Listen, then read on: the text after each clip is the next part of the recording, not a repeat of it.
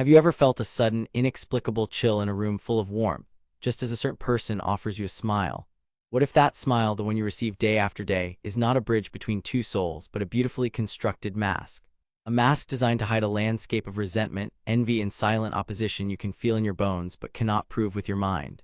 This feeling, this subtle disturbance in the emotional atmosphere, is not your imagination. It is your intuition, your soul's ancient warning system, trying to get your attention. You find yourself in a state of profound confusion. This person says all the right things. They might even be one of your closest confidants, a colleague you work with daily, or a family member you are told you must love. They praise your successes, they offer a shoulder in your moments of doubt, and yet an invisible energy drain follows every interaction. You walk away feeling emptier, not fuller. Lighter, not heavier. More question, not more cert. It's a quiet madness, isn't it? This dance of dissonance where their words say one thing, but their spirit screams another. You start to question your own judgment. Am I being too sensitive? Am I misreading the signals? You invest so much energy into trying to make the connection feel right, to align their words with the feeling you crave, but the equation never balances.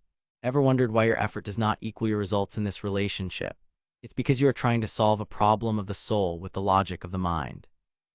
You are trying to build a bridge to someone who is secretly, perhaps even unconsciously, dismantling it brick by brick on their side. This journey we are about to embark on together is not about learning to point fingers or to live in a state of paranoia. It is about the sacred act of reclamation. We will learn to reclaim our perception, to trust the wisdom of our own emotional intelligence, and to finally understand the subtle, almost invisible language of the human shadow. We are going to gently lift the 7 veils that conceal hidden animosity, not to expose the other person, but to liberate ourselves from the confusion and the energetic drain. We will move from a place of self-doubt to a place of profound self-certainty, armed with the kind of clarity that protects your inner peace without you ever having to raise your voice or build a wall. You will learn to see not with your eyes, but with your soul. Let's begin this process of illumination with a first powerful step. Let us lift the first veil, the one that is most common, most subtle, and most disorienting.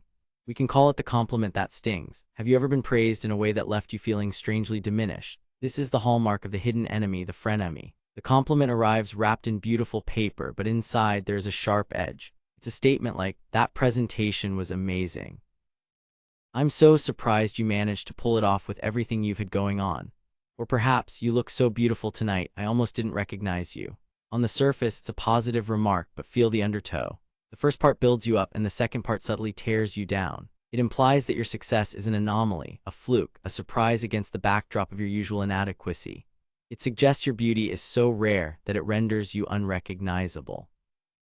This is not a gift, it is a Trojan horse.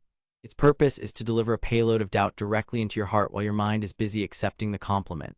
The person delivering it gets to maintain their persona of a supportive friend, while their shadow, that unacknowledged, envious part of them, gets to land a silent, satisfying blow.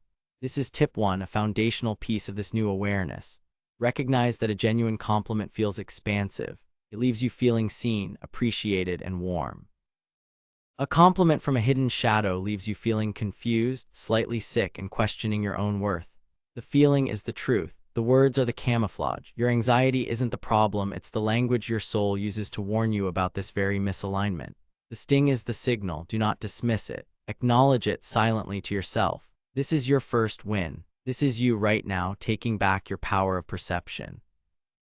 Now that we have lifted the first veil, let us continue our journey deeper into the landscape of the human heart, into the complex and often murky waters of interpersonal dynamics.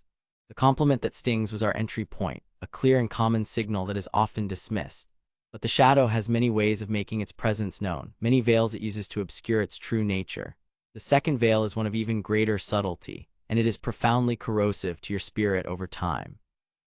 Let's call it the withholding of joy. Think about a time you shared truly wonderful news with someone. Perhaps you received a promotion, fell in love, achieved a personal goal you've been striving for. You are brimming with excitement, your spirit is soaring, and you turn to this person, expecting them to share in your happiness, to amplify it. But instead of a reflection of your joy, you are met with a curious void. Their response is technically correct, but emotionally hollow. They might say, "Oh, that's great, but their eyes are blank, their smile doesn't reach their ears, and they change the subject with an unsettling speed. Or worse, they immediately pivot to a problem of their own or a piece of bad news, effectively pouring cold water on your celebratory fire. This is the withholding of joy. It is not an overt act of aggression. It is an act of profound emotional omission.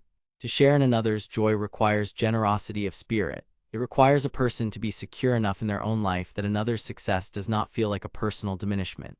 The frenemy, operating from a place of deep-seated envy or insecurity, cannot genuinely celebrate you because your light, as the saying goes, exposes their shadow. Your success serves as a painful mirror to their own perceived failures or stagnation. The great psychoanalyst Carl Jung spoke extensively about the shadow, the part of ourselves that we repress, deny, and refuse to acknowledge. This shadow self doesn't just contain negative traits, it holds our unrealized potentials, our dormant creativity, and our deepest insecurities. When someone is disconnected from their own potential, when their own shadow is a source of immense shame, the success of others becomes unbearable. They cannot meet your joy with joy because their own is locked away, inaccessible.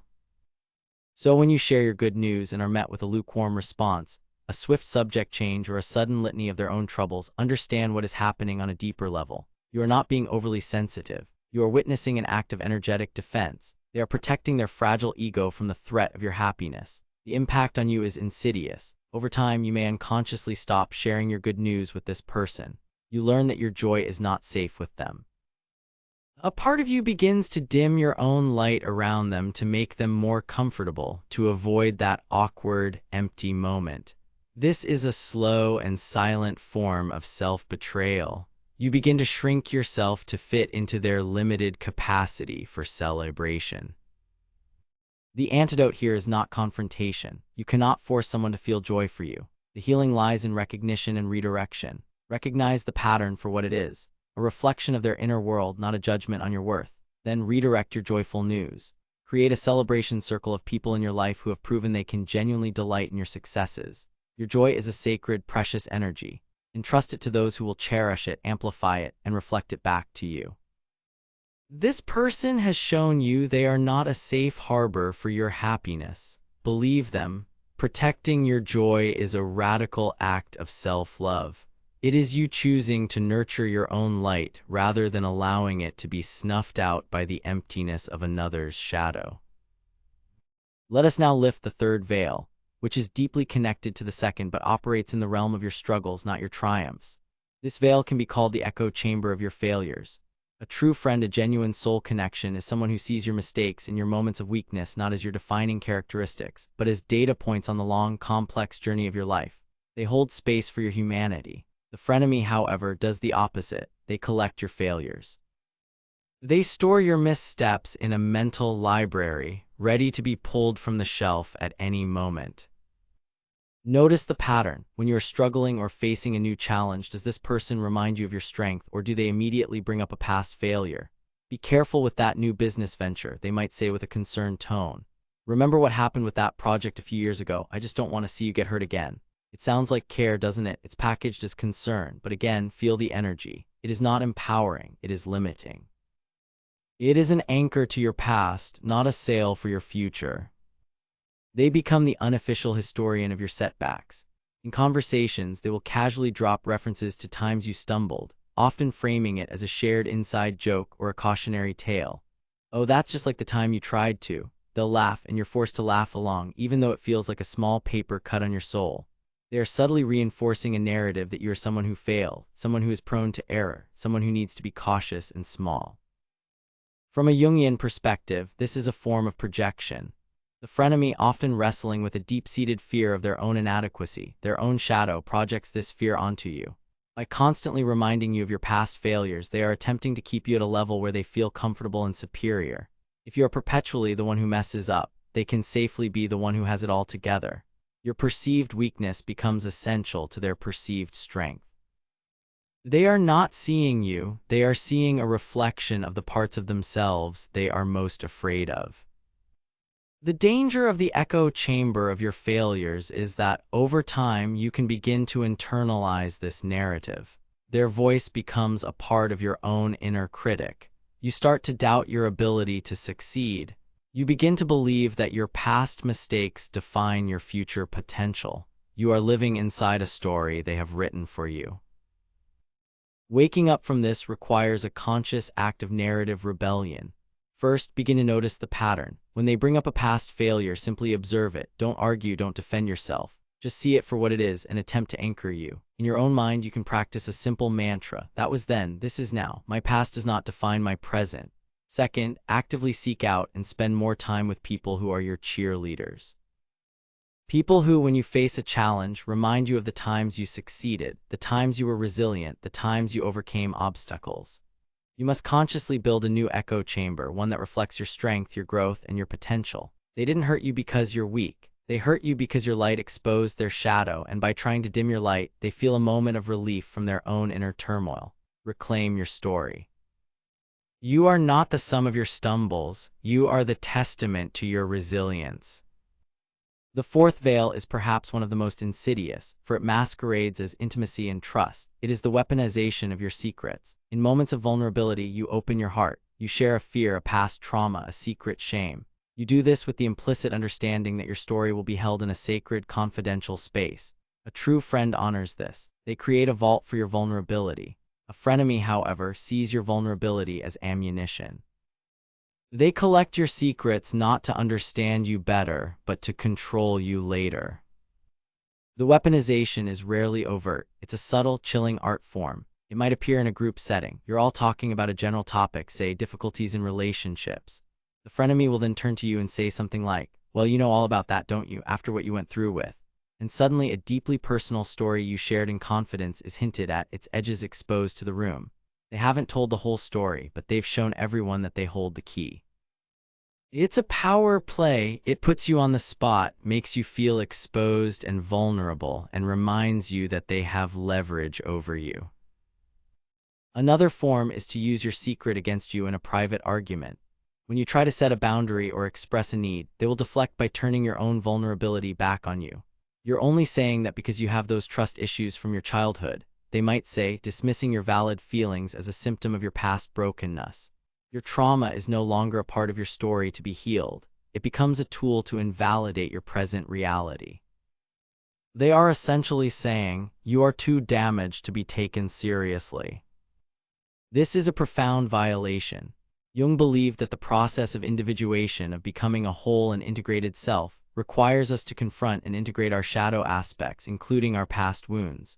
This is sacred personal work. When someone takes the material of that sacred work and uses it as a weapon, they are not just betraying a confidence, they are actively working against your psychological and spiritual growth. They are trying to keep you stuck in your wound, because a wounded person is easier to manipulate. If you have experienced this, the pain can be immense. It creates a deep sense of betrayal and can make you terrified of ever being vulnerable again. The healing process here is twofold. First and most critically, you must forgive yourself for sharing. You did not do anything wrong. You acted from a place of trust and a desire for connection, which are beautiful human impulses. The fault lies entirely in their misuse of that trust. Second, you must reclassify this person in your mind. They have demonstrated that they are not a safe repository for the delicate contents of your soul. The vault is closed to them forever. This doesn't necessarily require a dramatic confrontation. It is an internal boundary shift. You become more discerning. You share your surface-level stories with them. You engage in casual conversation, but the deeper, more vulnerable parts of you are now protected. You learn to differentiate between those who have earned the right to hear your story and those who have only earned the right to read the book cover. What if the love you crave begins with the boundaries you've been too scared to set? This is one of those boundaries. Your history is not a weapon for others to wield. It is the sacred text of your own becoming. As we journey further into this subtle terrain, we encounter the fifth veil, a tactic of manipulation so deft it can go unnoticed for years. Let us call it the cultivation of your dependence. The frenemy does not want you to leave. Their shadow needs you. It feeds on the dynamic they have created. So they work subtly to make you feel as though you need them, that you would be lost without them. This can manifest in several ways. They might position themselves as your sole savior or advisor. Whenever you have a problem, they are the first to offer a solution, but their advice often fosters more confusion than clarity, or it subtly reinforces your reliance on them. They become the gatekeeper to a social circle, a piece of information, or a professional network. You feel you have to go through them to get what you need, which keeps you tethered to them.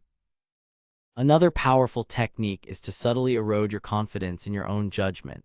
After you make a decision, they might say, "Are you sure about that? I would have done it differently." They question your choices under the guise of helping you think things through. Over time, you begin to second-guess yourself, to doubt your own intuition. You start thinking, "I should probably run this by them first, before making any move." You have outsourced your own inner compass to them. They may also create problems that only they can solve. This is a classic manipulation tactic. They might stir up a small drama with a mutual friend and then rush to you to help you navigate it, positioning themselves as the indispensable peacemaker. They create the chaos and then sell you the calm, a calm that is entirely dependent on their involvement. From a psychological perspective, this fosters a state of learned helplessness. You are being conditioned to believe you are less capable, less competent, and less discerning than you actually are. Jung's entire philosophy is centered on the journey of individuation, the process of becoming a self-reliant, whole individual who is in conscious relationship with their own inner world. The cultivation of dependence is the antithesis of this journey. It is an attempt to halt your growth, to keep you in a state of psychological childhood, where they can play the role of the all-knowing parent. Are you truly tired of life, or just tired of betraying your soul daily by allowing someone else to hold the reins of your own mind? Waking up from this requires a courageous commitment to self-reliance. Start small, make a few decisions, even minor ones, without consulting them. Trust your own gut feeling. If it turns out to be a mistake, view it not as a failure, but as a valuable lesson that you learned on your own. You are reclaiming your right to learn and grow from your own experience.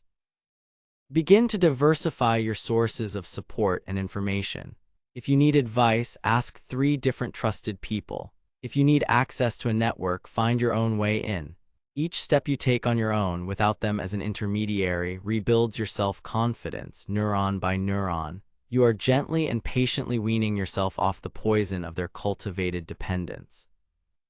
You are remembering that the most profound wisdom you will ever find comes not from an external voice, but from the still, small voice within your own soul.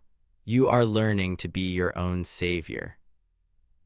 We now arrive at the 6th veil, a manifestation of the shadow that is deeply passive-aggressive and designed to chip away at your sense of importance and worth. This is the art of the slow fade and the silent treatment. This is not about the healthy space people sometimes need in relationships. This is a calculated use of absence and silence as a form of punishment and control. Here is how it often plays out. You have an interaction where you perhaps set a boundary, disagreed with them, or had a success that they found threatening.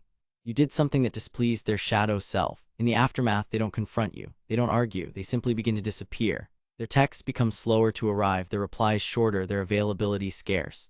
They become suddenly busy. When you are together in a group, their attention flows around you, like water avoiding a rock. They make eye contact with everyone but you. They are creating a vacuum of their presence, and they are making you feel it acutely. This is a profoundly powerful form of psychological manipulation, because it creates a desperate need for resolution in the target, in you. You start to obsess. What did I do wrong? You replay conversations in your head, searching for your misstep. Your mind becomes a courtroom where you are both the prosecutor and the defendant, and the frenemy is the silent, judging God. You are being punished, but because the punishment is passive, an absence rather than an act, it's impossible to address directly. If you ask, "Are you upset with me?" they will often respond with a coolly surprised, "No, not at all. I've just been really busy. You're being paranoid." This is gaslighting. They deny your reality, making you feel crazy for even noticing the very atmosphere they have intentionally created. Carl Jung would see this as a manipulation of the collective unconscious expectation of reciprocity in relationships. Human connection relies on a flow of energy, a give and take. By abruptly cutting off that flow without explanation, the frenemy throws you into a state of deep psychological imbalance. They are demonstrating their power over your emotional state. They are showing you that they can remove their warmth and approval at any time, plunging you into a cold anxiety. This trains you to avoid displeasing them in the future. It's a form of behavioral conditioning. The healing from this particular shadow dance is to refuse to play the game. When you feel the slow fade beginning, your instinct will be to chase, to seek reassurance, to fix the unacknowledged rupture. Resist this urge with all your might. Chasing them gives them all the power. Instead, you must do the hardest thing: let them go. Turn your energy and attention away from them and pour it back into yourself. Reconnect with your own hobbies, your other friends, your work, your inner world. Fill the vacuum they created not with frantic anxiety, but with deliberate self-care and engagement with other parts of your life. This is incredibly difficult at first, but it is the only way to win. You are showing them, and more importantly, showing yourself, that your emotional well-being is not dependent on their approval. You are not a puppet whose strings they get to pull. When they see that their silence has no effect, that you are not chasing them, the power of the tactic is neutralized. Often they will reappear, acting as if nothing happened. At this point, you have the clarity to decide on what terms, if any, they are allowed back into your life. You have taken control of the energy flow. You have chosen the sovereignty of your own peace over the chaos of their silent games. And now we come to the seventh and final veil. This one is the culmination of all the others, the foundational energy from which all these subtle aggressions spring. This is the gaze of invalidation. It is not about what they say or do, it's about how they look at you. It is the energy they transmit through their eyes. Pay attention to their face in the moments you are being your most authentic self. When you are laughing loudly, when you are speaking passionately about something you love, when you are expressing a deep and heartfelt opinion, or when you are receiving praise from someone else. In that unguarded moment, look at them. You may catch a fleeting glimpse behind the mask, a micro-expression that lasts less than a second. It might be a flicker of contempt, a subtle sneer, a roll of the eyes so quick you almost miss it, or a deadness in their gaze that feels like a void. This is the shadow looking out through the windows of the soul. In that split second, you are not seeing the friendly persona. You are seeing the raw, unvarnished truth of their feeling toward you. It is a look that says, "You are too much," or "You are ridiculous," or "I do not see you as worthy." It is the ultimate invalidation. Words can be debated, actions can be explained away, but this energetic transmission is undeniable. It hits you on a primal, pre-verbal level. It is the look that your soul registers even when your conscious mind is trying to dismiss it. Jung spoke of the incredible power of the archetype of the critical parent that resides within our psyche. When someone gives us this gaze of invalidation, it can trigger our deepest childhood wounds of not being seen, not being accepted, of being judged for our very essence. This is why it is so painful. It's not just a friend looking at you funny, it's an archetypal blow to your sense of self-worth. They are projecting their own hypercritical inner voice onto you, but you experience it as a direct assault on your being. They didn't hurt you because you're weak. They hurt you because your light, your authentic, passionate, joyful self exposed their own shadow, their own lack of connection to their authentic self. Your freedom is a judgment on their prison. Your passion is a reminder of their apathy. Your laughter is a sound they may have forgotten how to make genuinely. The gaze of invalidation is their reflexive, unconscious attempt to diminish the light that pains them. What can you do when faced with this? You cannot change how they see you. The work is not external, it is entirely internal. When you see that gaze, you must become your own protector, your own validating parent. In that moment, you must internally say to yourself, "I see that look. That is their shadow, their pain, their limitation. It has nothing to do with me. I approve of myself. I validate my own passion. I celebrate my own joy." You must meet their inner critic with your own inner champion. This is the final act of reclaiming your power. You are no longer looking to them for approval. You are no longer wounded by their lack of it. You see their gaze for what it is, a reflection of their inner world, and you let it pass through you without lodging in your heart. You have become energetically sovereign. We have now walked together through the 7 veils of the shadow. We've witnessed the compliment that stings, the withholding of joy, the echo chamber of your failures, the weaponization of your secrets, the cultivation of your dependence, the art of the slow fade, and finally, the gaze of invalidation. Take a moment now. Breathe. Allow this information to settle not as a list of grievances against others, but as a toolkit for your own awareness, your own self-healing. Imagine now, walking through your life with this new clarity. Imagine interacting with people and being able to perceive the temperature behind their words. Imagine feeling a subtle jab and instead of spiraling into self-doubt, simply recognizing it as a projection of their shadow, allowing it to dissolve without harming you. This is not about building walls. It is about developing an energetic immune system. It is about learning to stay open-hearted while also being fiercely protective of your inner peace. This is the transformation that awaits you. This is emotional intelligence in its highest form. Now I want to ask you to reflect. Which of these veils felt most familiar to you? Which one resonated with a situation in your past or your present? You don't have to share the story, but I invite you to acknowledge it for yourself. And if you feel comfortable, share just the name of the veil or the number in the comments below. In doing so, you are not only validating your own experience, but you are creating a space of collective recognition. You are showing others who watch this that they are not alone in these confusing and painful dynamics. This is how we begin to heal together, by bearing witness to one another's truth. The journey of waking up to these subtle dynamics is the beginning of a profound transformation. It is the first step toward curating a life filled with relationships that are truly reciprocal, nurturing, and authentic. It's about moving from a life of quiet desperation and confusion to one of empowered clarity. This is the path of self-healing, the path of the celestial mind waves that connect us to our deepest truths. It's not about hating the people who hide behind these veils. It's about loving yourself enough to see the truth and to act in accordance with it. If this journey through the shadows of the human heart has resonated with your soul, if it has provided a language for something you have long felt but could not name, then I invite you to subscribe and join our community.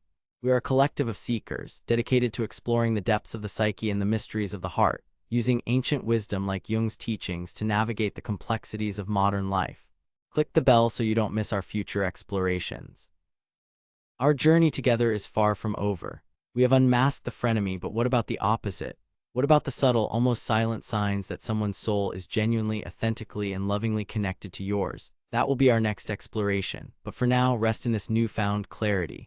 Rest in the knowledge that your perception is valid, your feelings are your guide, and your peace is not a negotiation. It is your birthright. Protect it.